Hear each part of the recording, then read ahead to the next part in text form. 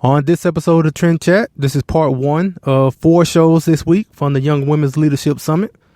We have interviews with Kirk, Kimberly Corban, Devon Mirsky, and Jessica Forrester. So stay tuned.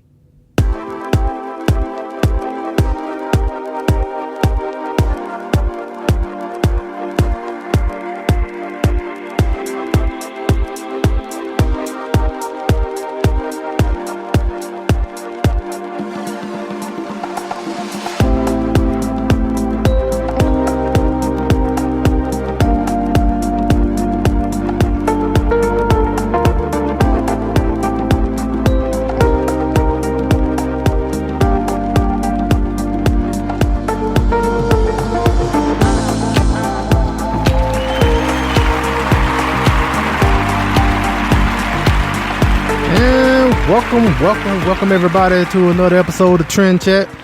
I'm your host, Brian Bledsoe. And as usual, if you want to connect with us on social media, whether it's Facebook, Instagram, Twitter, it's all the same name, Trend Chat 24/7. I write for politichicks.com. If you want to read some of my articles, just go to politichicks.com/author/Brian Bledsoe. And why am I speaking so fast? Mainly because I have a lot of interviews from the Young Women's Leadership Summit, and I want to get to all of them and don't want to run out of time. So, yeah, that is true. We have a good number of interviews from last week's summit, and definitely we had some pretty good interviews as far as getting in depth and on some things, and just having good conversation, really. And so all this week we gonna speak with a number of people from the summit. I'm not gonna go through the whole list. I know I posted a video of the lineup for this week on Facebook, Instagram, Twitter, but it was on my pages. But on Trend Chat itself, I don't think I have. I'm trying to think right now, actually. Did I do that? I don't know. Maybe you ought to go and check it out. Just go to Facebook, Instagram, Twitter, Trend Chat 24/7. If you don't see a lineup, I guess let me know or something.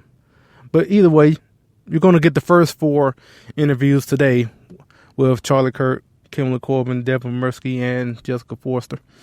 So, the Young Women's Leadership Summit was it was a really good event. I wasn't there for the beginning, the first day.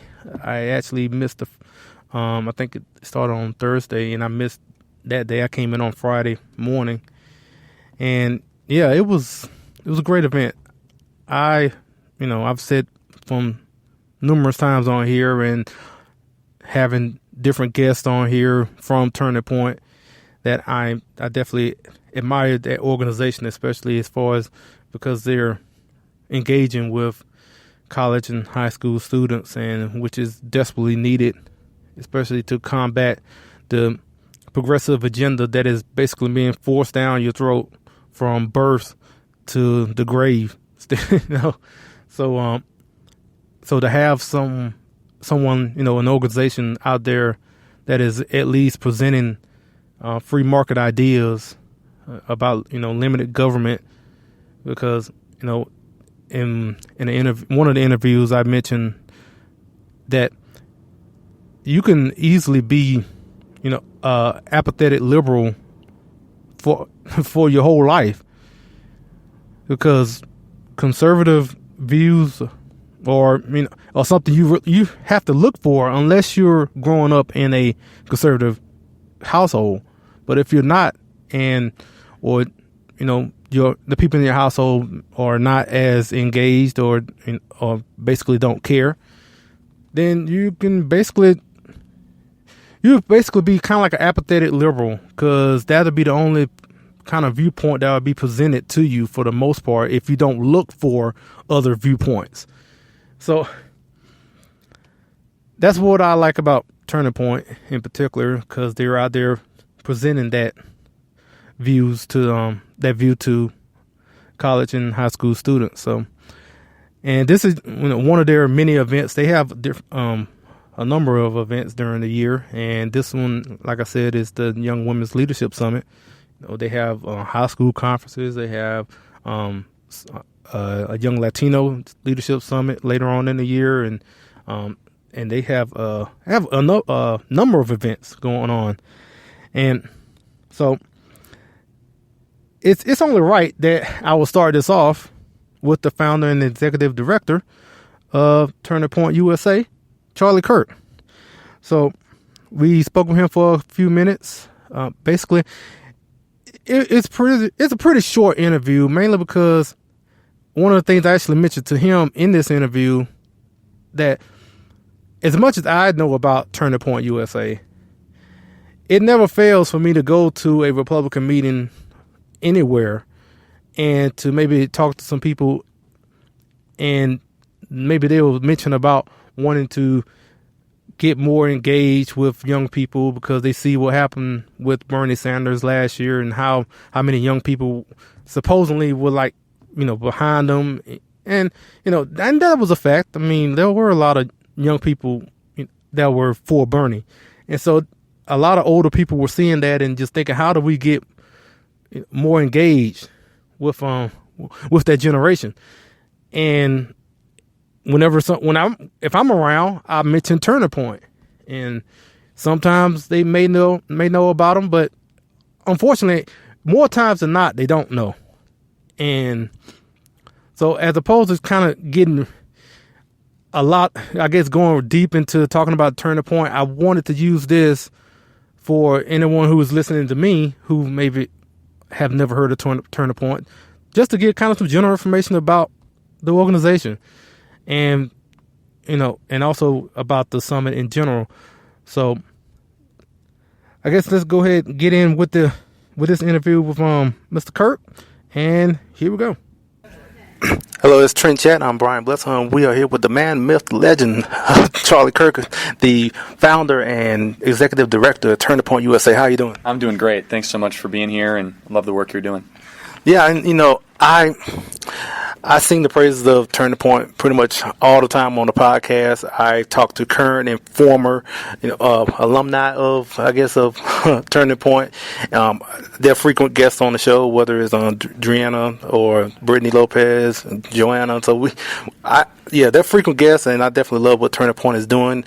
But in saying that, a lot of times when I'm talking to maybe older people in whether it's Tea Party or Republican meetings, and they will ask about, well, we want to find an organization that, that will reach out to the millennials or the young people. And I always bring up Turning Point. And so I want you to just give some general information about Turning Point for the people that maybe not aware. That's very nice of you. Thank you. And we're a nationwide student activist organization, around 5 years, on 1,100 college and high school campuses across the country. We now have over 100 people on our field staff, and we're now here at our Young Women's Leadership Summit with incredible attendance, nearly 1,000 young ladies. And, we're excited in more ways than one to be able to re-energize a generation around the ideas of freedom. And it's needed. I mean, our campuses are a mess. You talk about it a lot. And for people that want to learn more about our organization, it's tpusa.com. And I think we're doing the work that's going to help save this country. Okay. And since we're here at the Young Women's Leadership Summit, so how many years have you been doing this particular summit? Yeah, this is the third annual. So our first was 2 years ago. And it's really grown from 100 to now nearly 1,000. So it's a tenfold increase, which has been remarkable. Wow, and also as far as the chapters and all across the nation, and I mean, so how many we're talking about? Yeah, so we're spread on over 1,100 college and high school campuses, but we have over 600 chapters now that are actually registered by the school. And, this has been growing exponentially. And our field staff are doing just such tremendous work to start groups on the ground, making it a high impact. Okay, and so one of the questions I've asked everyone, you obviously know the themes being be bold, be brave, be principled, and be a leader. And other than joining Turning Point USA, what encouragement you would give to young women who is maybe on the fence as far as being politically active and want to move forward? Sure. Well, politics is going to affect you no matter what. So whether you like it or not, politics is going to intersect with your life. So our suggestion is get involved no matter what. Do something. Don't do nothing. I mean, voting is the least thing you can do. If you're not even voting yet, come on. But voting, making calls, knocking on doors, giving money, giving time, telling friends.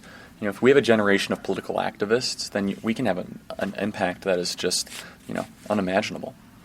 Okay, well, thank you so much for your time. That's awesome. Thank you. And, well, see, like I said, it was kind of short and sweet. So, and it was something to where I just wanted to get people to maybe hear if you listen to the podcast and plus, you're going to hear more from people with Turning Point.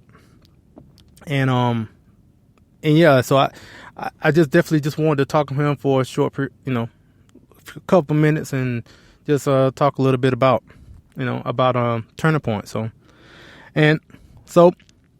speaking about, I guess, other organizations in general, as far as engaging with millennials and, I guess you say, college students, or I was just thinking about the term millennial. I forget about like what age range that really is, but also Prager U.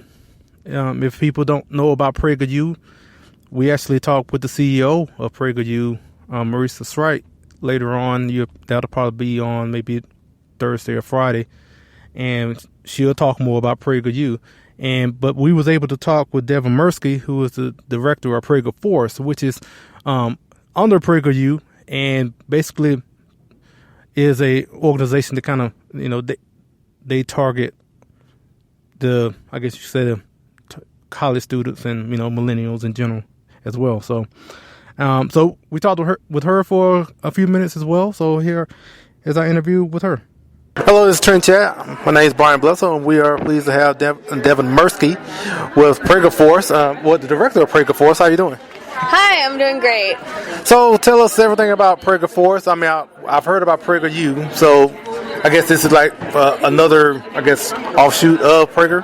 Yeah, Prager Force is our student ambassador program at Prager U. So if you're a fan of the videos and you're already kind of sharing them on social media, that's what Prager Force is about, is really spreading awareness of the Prager U videos and the brand in different ways. So even just sharing the videos, writing articles, making your own videos, a lot of different ways to kind of tap into like the digital side of like activism. Okay. And given that we're here at the Young Women's Leadership Summit, so I guess how is it that you're engaging with, college students? Well, we obviously right now the name recognition of people that have seen PragerU videos is really big, so people come over and they get very excited. But other than that, it's a good way to just make sure that these girls are aware that there's a resource for them, that they're already involved in like conservative politics. So here's a good, way for you to get the right talking points, or to show in your Turning Point USA Club meetings or College Republican meetings, whatever it might be, that they know that this exists, and whatever topics you're looking for, we probably have a video on it. So it's nice to have that face-to-face interaction instead of just all the digital marketing we normally do. Yeah. So, how do you like the summit in general so far? Oh, it's really fantastic. I mean, the enthusiasm of the girls here is amazing, and it just goes to show that, when you hear this rhetoric of how, conservatives are old white males, it's not necessarily all true, and we have a lot of girls here to prove it, and this isn't even close to how many young conservative girls there actually are in this country, and that's what's very exciting about it. Yeah, and a question I've kind of asked everyone is, given that the theme is being, be brave, be bold, be principled, be a leader. So how would you encourage others who are maybe on the fence as far as being politically active, and how would you encourage them to move forward? I would say you really need to just get over your fear, because even me personally, that's how I started getting into this world of activism on college campuses, is, I just went for it. I was scared, but I agreed to do a job and help out other people, and it really made me grow as a person. And my fears that I had about being attacked or not knowing much about, different subjects, just going out there really kind of puts the pressure on you. So it's like, okay, if you don't know enough about a subject when someone asks you, well, now you're going to go back home and start doing some research so you can talk about it better next time, or maybe find out that there aren't as many people that are willing to attack you, or it just makes you stronger, if you're doing that, and you find your squad, and when you're bold enough to do something, other people are going to follow you, and you're going to have your friends to do that along with you. But really the key is just to get, past that and know that it's going to be worth it, because not everyone is super brave right in the beginning. It's a growing process. So I've been through that, and it means other people can as well. All right. Well, thank you so much for your time. Thank you. It was nice chatting. And thanks to Devon for joining us. And speaking of activism, I think I forgot to mention that it's, given that I do write for Politichicks.com, Politichicks has a book out called Politichicks: A Clarion Call to Political Activism, which features one of my articles about becoming a delegate at the National Convention last year.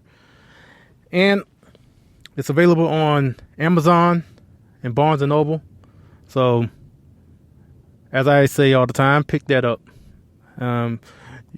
You have over 300 pages of different articles from different contributors talking about different subjects, whether it's healthcare, education, just politics in general, or activism, which actually that is where my article is, in that section. And so, once again, just it's called Politichicks: A Clarion Call to Political Activism, and pick that up today at Barnes & Noble and Amazon.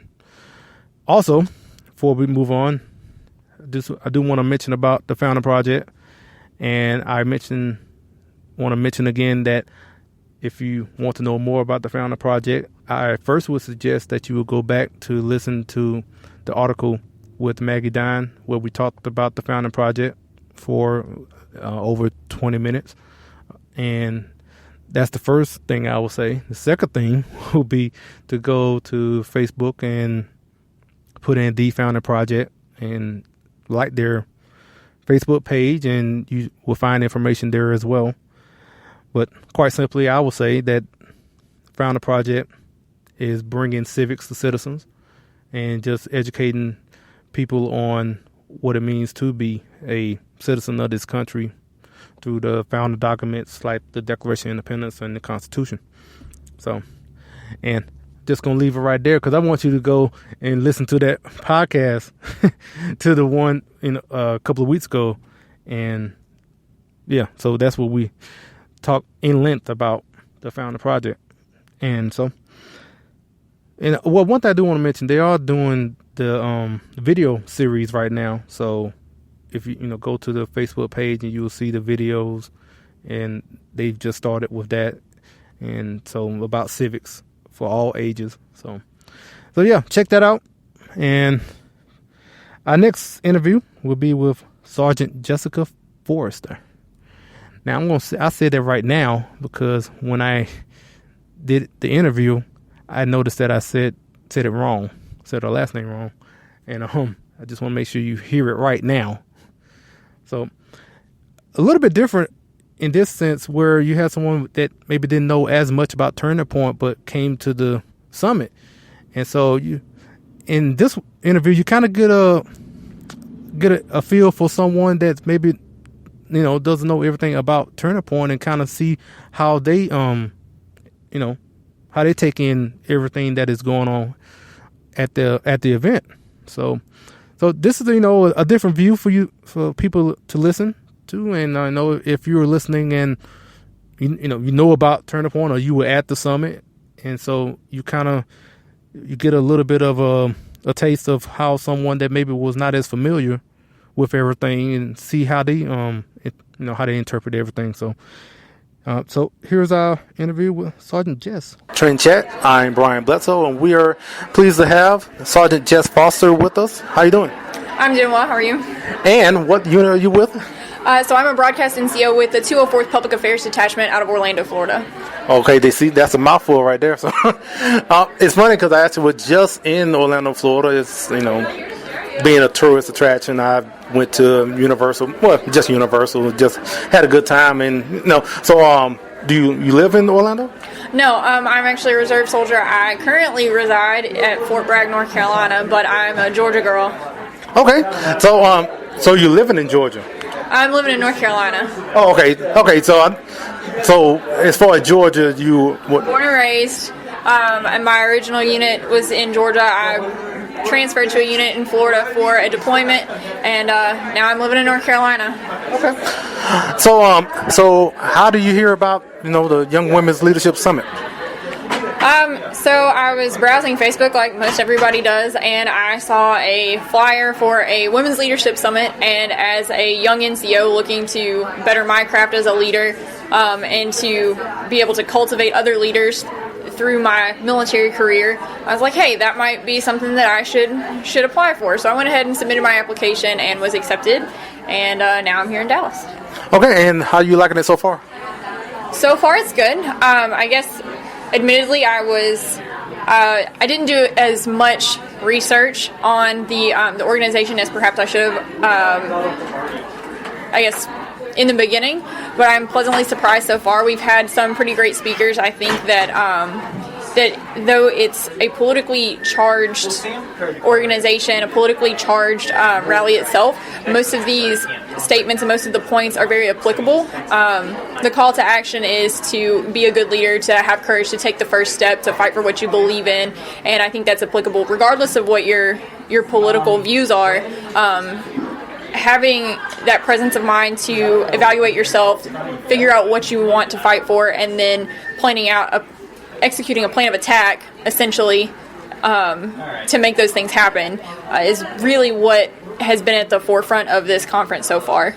So, as far as what you're learning here at the summit, so I guess you were saying as far as not knowing as much as about the speakers or whatnot, is it still something as far as wanting to, I guess, be more politically active or what?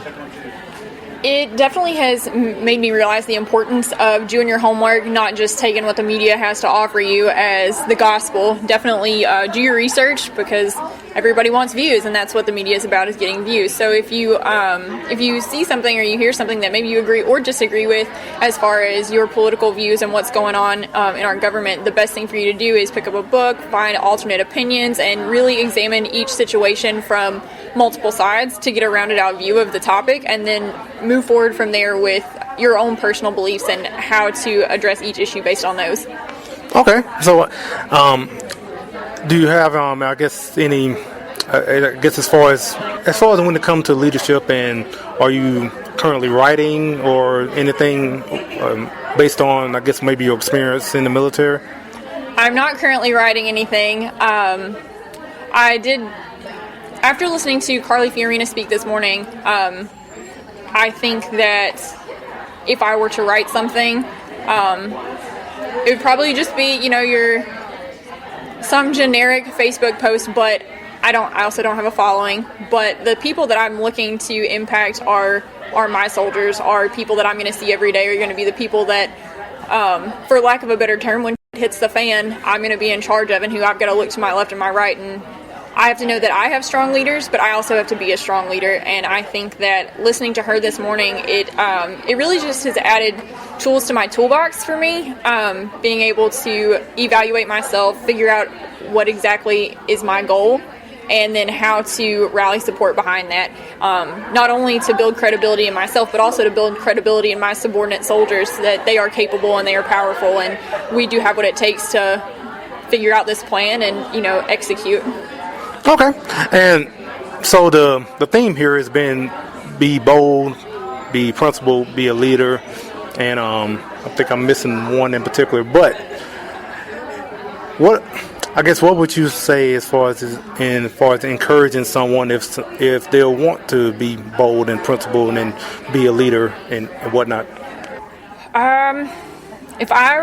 The piece of advice I would give to anyone who is looking to take on a leadership role, whether it be political or otherwise, would be to evaluate your fears, because it does take it is a scary thing to stand up for what you believe in, regardless of what that is, but to challenge your fears. I think John Wayne had a quote about courage isn't being fearless, it's being scared, accepting that fear, and saddling up and riding anyway. And I think that as a leader, that's what you have to do. You have to stare your fears in the face and evaluate them and figure out the best way to approach them and how to get around them. Okay, well, thanks, Sergeant Jess, for your time. Absolutely, thank you. Yeah, and thanks to Sergeant Jessica Forrester for joining us. And I just want to mention as far as before we get to Kimberly Corban, now I was there when she spoke, because we did this interview before her speech, and yeah, it was I guess it was like an emotional roller coaster, in listening to the speech, because she started it off by playing the 911 call from the time when she was raped, actually, and that was that was tough to listen to, but the whole speech was, it was great. It was gripping and powerful, and I just wanted to mention that. And I was sitting there and just just listening, and it was definitely a very moving speech. And I'm just mentioning that now because, like I said, this interview was done before the speech, because I probably had more to say about that than if we would have spoke afterwards. But yeah, so definitely, yeah, let's just go ahead and get to our interview with Kimberly, and here we go. Hello, this is Trent Chat. I'm Brian Bledsoe, and we are pleased to have Kimberly Corban with KimberlyCorban.com. How you doing? Good. How are you today? Personally, I'm a fan. I like how you are out there advocating and talking about, trying to stand up for, against sexual assault, and being an advocate for, concealed carry and Second Amendment in general. It's just, I'm just glad to finally get a chance to speak with you about that. And I noticed that you are having I guess, like I said, I don't know much about ladies' accessories, but you have a bangle now that you are debuting here at Young Women's Leadership Summit. Tell us about that. Sure. Everything I do has always centered around advocacy for crime victims, whether it's sexual assault, stalking, domestic violence, harassment, child abuse. The things that survivors of trauma have to go through is not easy, and it needs to be discussed more so that those who actually find themselves in that type of situation know that there's help available and that it's okay to reach out for that help. When I started speaking, it was always to college campuses. So I loved being in that atmosphere, and so to be at Turning Point with 1,000 of the best women in the country, all at that high school and college age, is seriously a dream come true, and it sounded perfect to me as a place to debut this bangle. So I had the honor of speaking here last year, and it was just after the 10th anniversary of my assault. My parents had worked with Bourbon and Bow Ties, which is a Florida-based company, and I have always loved them. I had a ton of bangles, and the first one I ever got was actually a shotgun shell. So it was like 3 shells on a gold wire-wrapped bangle, and I loved it. So I had a ton of them, and they knew that I loved this company, so they contacted them. They created a customized gold coin, and they picked 3 words that they felt they had watched me live and embody over the last 10 years as I made this journey from victim to survivor.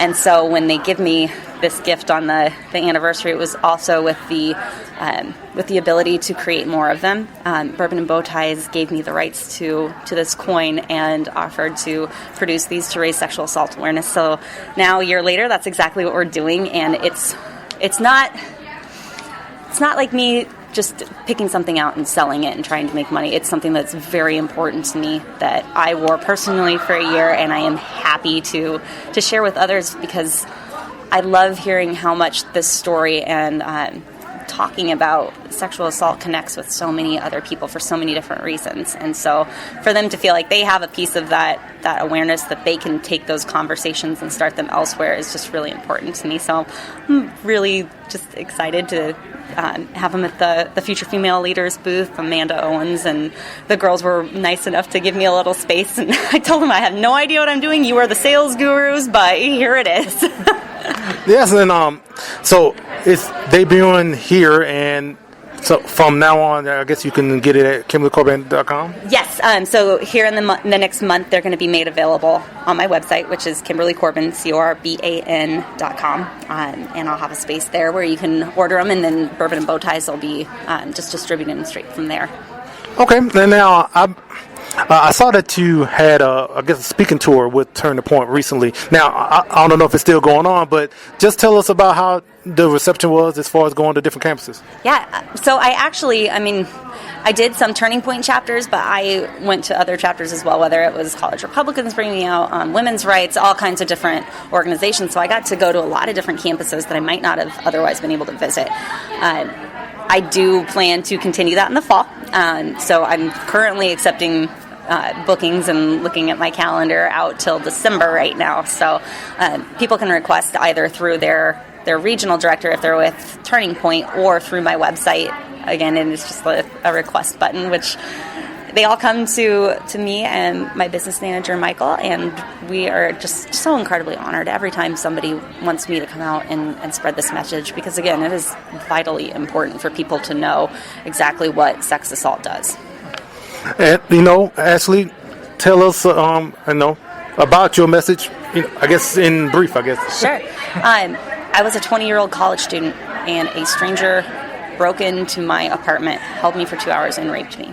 And I was the epitome of the person that, well, that'll never happen to me, or I could fight him off. That would just never happen, and it did.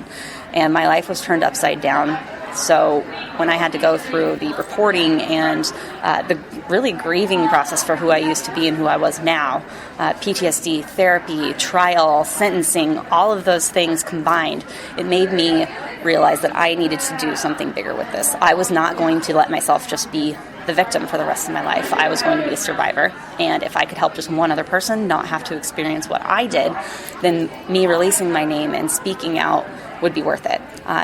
I did it one time, and it just kind of snowballed from there. And I love being able to connect with people that maybe otherwise wouldn't have found their own voices. And I've always tried to empower people not to be like me, but to be themselves, the best version of themselves, and to find their own voice, because that's the most powerful person that you can be, is yourself.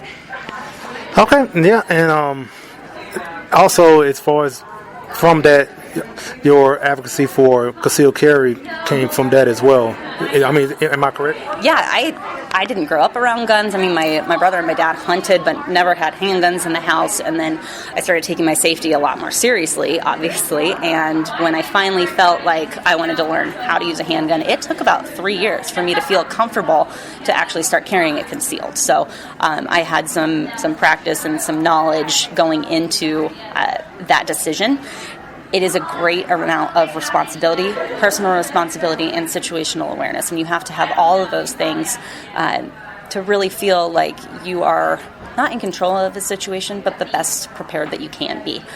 When I started advocating for it, it was only because my Colorado lawmakers were trying to ban concealed carry on campuses in Colorado, which is something that we had had forever. There were never any incidents. There was no reason to make my college campus, where I go and need to feel protected, a quote safe space by removing my right to protect myself. So I spoke out to my legislators, and luckily that bill was killed on a committee vote, and here we are 3 years later, and I somehow was asked to speak to the president on the CNN town hall, and my message has always been the same from day one. And so I'm just very pleased to have a platform to share that, and any chance that I get to share that with others, I'm very happy to do so. Yes, and I don't know how many people remember as far as what happened as far as you speaking to President Obama at that time about. Now, actually, I don't remember exactly how it went. So, can you tell us exactly kind of what happened? I had no clue what I was getting into. I literally was asked to do this town hall to just be a member of the audience, and I was on a plane the next morning, and then the next day I had to go through 3 levels of Secret Service, and suddenly I'm sitting in a room where the president walks in, and I always imagined a lot of pomp and circumstance, and that wasn't it at all. He was another voting citizen that we elected to do a job, and my personal life experiences conflicted with the things that he was trying to do. And I was just there not to only represent myself, but millions of other crime victims, sexual assault survivors, mothers, gun owners, everybody. And I just simply said, this is what's important to me. This is why. Why can't you see your administration is actually making it harder to protect myself and my kids?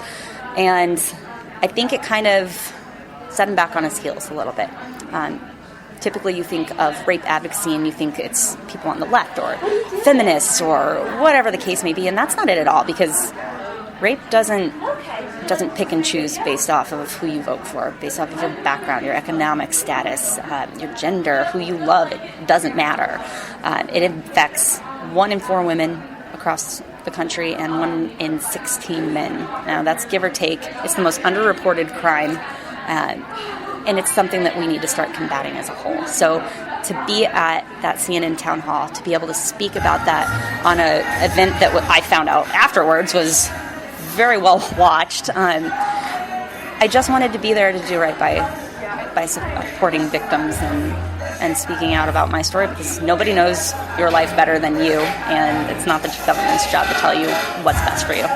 So, I know you're speaking tomorrow, or can you tell us kind of the points of your speech tomorrow? Well, every single speech that I give is always different. I am as surprised by what comes out of my mouth as everybody else, because I don't prepare. I get up and I tell my story, and I talk about what I've been through and the points that are relevant for me, and what I think young women like this at a conference like this can take away and learn from, whether it was my mistakes or the things I did right or other people helped with. I just want to impart that wisdom, and that's always what I intend to set out for, and how I get there is always different, but it's outside, or it's outlining what sexual assault is, what it does to its victims and the secondary victims that are the support systems, what we can do to combat it, and what we can do as a community to better what we find as rape culture, and just dispel those myths. And I think everybody walks out of here with a different perception of maybe why concealed carry is more important, but most importantly, what they can do to help other survivors. Okay, and so the last question is a question I've been asking everyone, that the theme here is being brave, be bold, be a leader, be principled. And what would you tell to encourage other women who are maybe on the fence as far as maybe wanting to be more politically active? If they want to be more politically active, don't try to be like everybody else. Be yourself. It takes an immense amount of being bold to be yourself. You have to be extremely brave to be yourself. And you yourself are the only ones that are going to dictate what those principles are. So if you can live by those qualities, then that's going to lead you down the path that's right for you. And it may be completely different from everyone else. And at the end of the day, it won't matter, because if you stay true and principled to yourself and what you are working for, that's the most important thing. You know, that actually sounds like the ending of your speech. Maybe it will be, but I won't be able to repeat that word for word. So I have no idea what I just said. Well, thanks so much for your time. No, thank you very much for having me. And yeah, thanks to Kimberly for joining us. And so that was part 1 with the 4 interviews we just did now, and we have 6 more.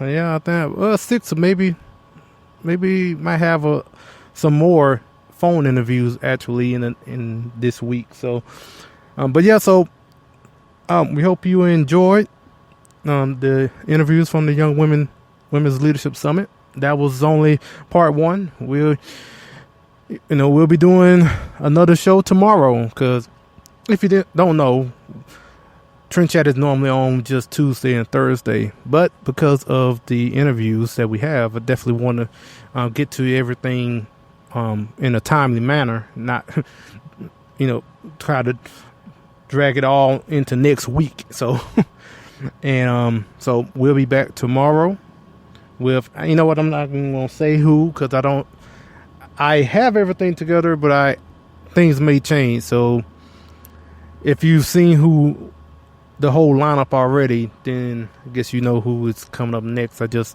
don't want to say this is exactly who is coming on tomorrow, then next thing you know I have to change it. So it's a mystery. So you know what that means. You just gotta just come back tomorrow and just listen then. And so that's it for us. And I guess, well, I was just about to say until Thursday, but yeah, until tomorrow, we will chat with you later.